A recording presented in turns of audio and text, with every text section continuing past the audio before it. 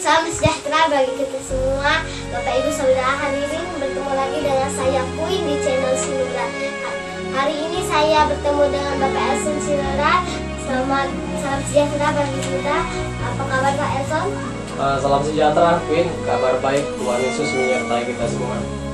Oke Pak Elson, malam ini kita akan membahas tentang Yesus Kristus. Kita tahu tanggal 10 April 2020 semua umat Kristiani akan memperingatinya. Bagi Bapak sendiri, apa yang dapat dipelajari dari wafatnya Tuhan Yesus? Ya, kematian Yesus sangat luar biasa. Semua umat Kristiani mempercayai bahwa kematian Yesus Kristus itu membawa atau melepaskan manusia dari dosa-dosanya, dan mayoritas kita lihat umat Kristiani kalau menonton video penyaliban Yesus Kristus banyak yang meneteskan air mata sampai menangis. Dulu saya seperti itu juga, saya mau menonton videonya bisa meneteskan air mata dan menangis, dan hanya mempercayai bahwa Yesus mati untuk menebus dosa-dosa manusia. Benar Pak Elson, mayoritas kita hanya mengimani bahwa Yesus mati menebus kita dari dosa-dosa dan memberi keselamatan bagi kita. Ya benar, Yesus itu memberikan keselamatan bagi manusia. Tapi keselamatan itu bukan hanya kita terima, tetapi harus kita kerjakan. Oke Pak Elson, keselamatan harus dikerjakan. Gimana maksudnya? Maksudnya mengerjakan keselamatan itu seperti ini. Selama ini kita hanya menangis dan air mata ketika kita melihat atau menonton video penyaliban Yesus Kristus karena penderitaannya, dan ketika kita mengingat bahwa penderitaan Yesus itu oleh karena dosa-dosa kita. Tetapi yang mau saya tekankan adalah apakah kita menangis ketika kita berbuat yang tidak baik, ketika mulut kita hanya berkata maki-makian, memaki anak-anak, memaki orang tua, memaki istri, dan memaki orang lain? Atau apakah kita menangis ketika kita mempunyai sifat pendendam, pembenci, pembohong? Apakah itu semua kita menangis, atau kita hanya tidak ada pertobatan? Jadi seharusnya kita menangisi perbuatan-perbuatan kita yang tidak baik. Jadi Maksud Bapak keselamatan dikerjakan adalah proses pertobatan? Ya, proses pertobatan itu tadi karena kita tidak baik, maka Tuhan Yesus mati di kayu salib. Akan tetapi bukan hanya melihat kematiannya itu, tetapi bagaimana proses kita berbuat yang tidak baik menjadi yang baik. Ketika dulu kita memaki-maki orang, kita berkata-kata tidak baik, dan sekarang kita setelah memperingati kematian Yesus, kita harus berkata-kata yang baik. Kita harus merubah semua sikap kita, yang membenci jadi tidak membenci, pendendam jadi tidak pendendam, yang sombong jadi tidak sombong. Nah, itulah pertobatan semuanya, proses pertobatan yang dari tidak baik menjadi lebih baik oleh karena kematian Yesus. Wah Pak Elson, saya terpikirkan sampai begitu. Selama ini saya hanya menangis menonton video seperti itu karena penderitaannya, dan dia mati karena dosa-dosa kita. Nah, aku hanya percaya tanpa pertobatan. Coba Bapak ceritakan tentang pertobatan. Baik, Queen, saya akan menceritakan tentang pengalaman saya ketika kami melayani sebuah keluarga, melayani suami istri yang diambang kehancuran karena perselisihan mereka, karena mereka selalu ribut. Nah, pada saat itu ada pendeta, dan pendeta membuka pembicaraan kami dan menyuruh si istri untuk menceritakan apa penyebab perselisihan mereka. Dan si istri menceritakan semuanya keburukan-keburukan dari suaminya, apa yang kejahatan-kejahatan suaminya diceritakan semua. Dan sebaliknya juga ketika suaminya disuruh menceritakan apa penyebab perselisihan mereka, si suami juga menceritakan semua keburukan-keburukan istrinya, sehingga mereka tidak ada yang mengalahkan egonya sangat tinggi, dan ketika itu sangat sulit untuk menyatukannya.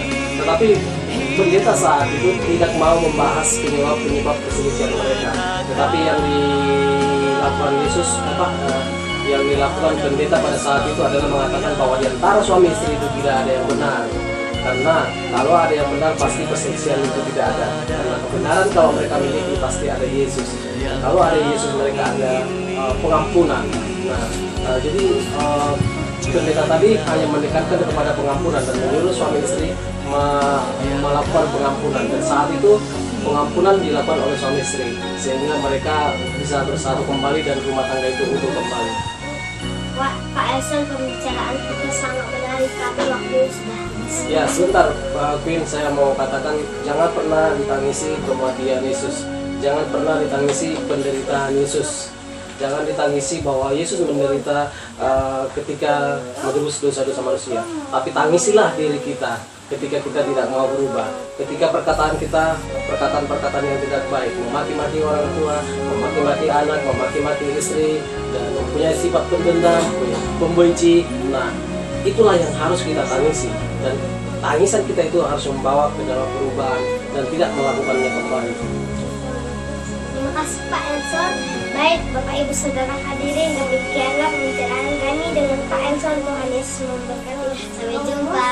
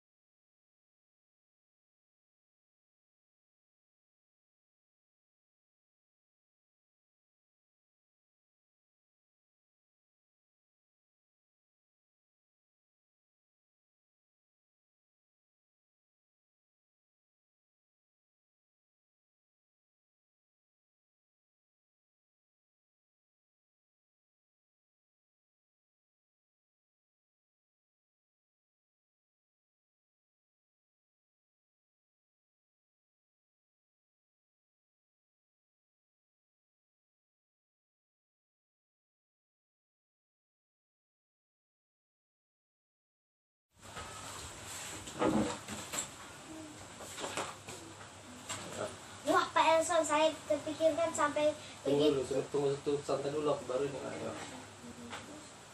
Wah, Pak Elson, saya terpikirkan sampai begitu. Selama ini saya hanya menangis menonton video Tuhan Yesus karena penderitaannya, dan dia mati karena dosa-dosa kita. Nah, aku hanya percaya tanpa pertobatan. Coba Bapak ceritakan tentang pertobatan. Baik, Elson. Baik, Queen, saya akan menceritakan tentang pengalaman saya ketika kami melayani sebuah keluarga, melayani suami istri yang diambang kehancuran karena perselisihan mereka, karena mereka selalu ribut. Nah, pada saat itu ada pendeta, dan pendeta membuka pembicaraan kami dan menyuruh si istri untuk menceritakan apa penyebab perselisihan mereka. Dan si istri menceritakan semuanya, keburukan-keburukan dari suaminya, apa kejahatan-kejahatan suaminya diceritakan semua. Dan sebaliknya juga, ketika suaminya disuruh menceritakan apa penyebab perselisihan mereka, si suami juga menceritakan semua keburukan-keburukan istrinya. Sehingga mereka tidak ada yang mengalahkan egonya sangat tinggi, dan ketika itu sangat sulit untuk menyatukannya. Tetapi pendeta saat itu tidak mau membahas penyebab perselisihan mereka, tetapi yang dilakukan yang dilakukan pendeta pada saat itu adalah mengatakan bahwa di antara suami istri itu tidak ada yang benar. Karena kalau ada yang benar, pasti perselisihan itu tidak ada. Karena kebenaran kalau mereka miliki pasti ada Yesus, dan kalau ada Yesus mereka ada pengampunan. Nah, jadi pendeta tadi hanya menekankan kepada pengampunan dan menyuruh suami istri melakukan pengampunan, dan saat itu pengampunan dilakukan oleh suami istri sehingga mereka bisa bersatu kembali dan rumah tangga itu utuh kembali. Wah, Pak Elson, pembicaraan kita sangat menarik, tapi waktunya sudah habis. Ya, sebentar Queen, saya mau katakan jangan pernah ditangisi kematian Yesus. Jangan pernah ditangisi penderitaan Yesus. Jangan ditangisi bahwa Yesus menderita ketika menebus dosa-dosa manusia. Tapi tangisilah diri kita ketika kita tidak mau berubah. Ketika perkataan kita, perkataan-perkataan yang tidak baik, memaki-maki orang tua, memaki-maki anak, memaki-maki istri, dan mempunyai sifat pendendam, pembenci. Nah, itulah yang harus kita tangisi. Dan tangisan kita itu harus membawa ke dalam perubahan dan tidak melakukannya kembali. Terima kasih Pak Elson. Baik Bapak Ibu Saudara hadirin, demikianlah pembicaraan kami dengan Pak Elson. Tuhan Yesus memberkati. Sampai jumpa.